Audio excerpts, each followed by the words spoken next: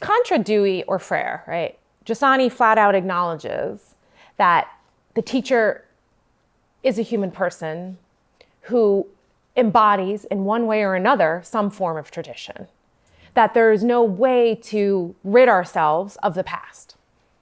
We are, for Giussani, actual historical beings with a past, a present, and a future. Yeah. Frere and Dewey talk about our historical role, but they want to actually eradicate the past or make it irrelevant. So when Giussani talks about tradition as an explanatory hypothesis, he's referring to the process of education where the teacher has to bring with him or her into the classroom a set of ideas or commitments that they think are worthy of studying.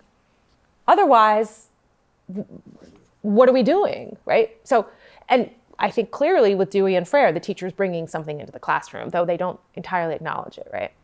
So he's just acknowledging it.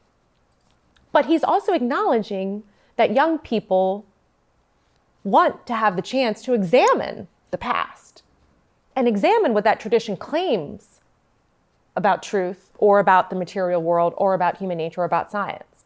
So that's why he says it's a starting point, right? But in his educational process, so first of all, I would say, so Giussani says, quote, loyalty to the given, to the tradition from which the young person's mind originates, is the backbone of every responsible education. First of all, it lays the foundation for a sense of dependence, without which we violate and manipulate reality through presumptuousness, alter it through fantasy, or empty it through delusion. Second, it accustoms us to facing reality with the certainty that a solution exists. Without this, our very capacity to discover and energy to create relationships with things withers away. So this quote illustrates Giussani's understanding of the educational process. We begin with a proposal, which comes from tradition. It comes from the past. It has to, right? And then there's the presence of an authority as a necessary condition for consistency in education. You know, Giussani says we have to offer students a way in which their exploration of this hypothesis is going to reach certainty. Yet Dewey was very sketchy on certainty. You know, Giussani says, no, there is a reality. Again, this goes back to metaphysical presumptions. Dewey rejects the unity of things in nature. And Giussani doesn't. No, there is a truth that we're going to get to. And we need to be clear with students. Here's how we do it. But then, this is really key to his understanding of tradition as an explanatory hypothesis. Students have to engage with freedom to take the risk of verifying that hypothesis. By verifying, he means, does it correspond with how they perceive reality? Again, similar to Frere, there's a huge emphasis on the experience of the student. But you see the difference between Frere and Giussani is that we can only understand our experience as humans with reference to something outside of us. And Frere never gives us that tradition, that ruler, that objective authority by which we measure our experience.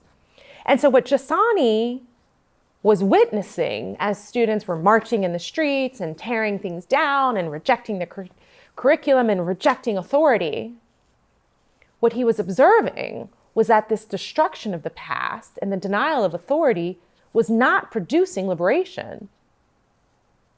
It was producing skepticism. And so then he says, how do you build a future when you've destroyed the foundations of the past? Skepticism is robbing students of the very passion for the truth. And he says, students become like people walking on sand. You've robbed them of a foundation. And so it's like they're standing on quicksand and their energy is being sapped by walking on this uncertain terrain. How do you build on that? So Giussani's method wants students to take this measured risk to look at what tradition says and then look at their own experience, look at how they experience reality. So Giussani's view of responsible education is we have to form people who are willing to not only ponder, but to ultimately reach certainty about existential commitments. And what's tricky here is that Freire and Dewey want to just do things in the world and avoid having to make these existential commitments. They might be lurking around somewhere, but that's not where they're going. But the problem is they end up bringing them in anyway. So for Dewey, the ultimate metric is science, right? The ultimate commitment is that the way to truth is through science. And for Freire, the ultimate commitment is that the way to liberation is through revolution. These are ultimate commitments, every bit as much as Giussani's are. And so he's telling us, hey, look, we all bring tradition into the classroom. Let's take it out of our backpack and unpack it.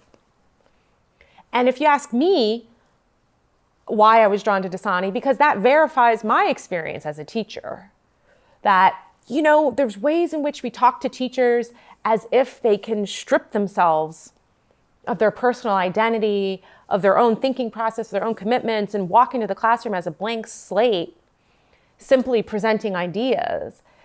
And I think you either get what Maritain called a stony, technocratic approach to education, which is the more progressive, pragmatist, technical, scientific, stripped of kind of passion and desire, passing on of a kind of depersonalized, mechanistic worldview to students. You either get that, or you get, I'm your teacher, but I have no authority and nothing to pass on. I'm just going to help you find the truth within yourself, which leads to just kind of confusion. And frankly, Giussani calls it anarchy, right? Because you don't get the goods of community and ordered social life when there's no metric by which we can know whether our experience is leading us towards something true, or perhaps there's a way in which we're perceiving the world that needs to be, dare I say, transformed, right? And Freire gives us a metric to transform ourselves, right? He's calling us to transform ourselves because he's giving us the metric.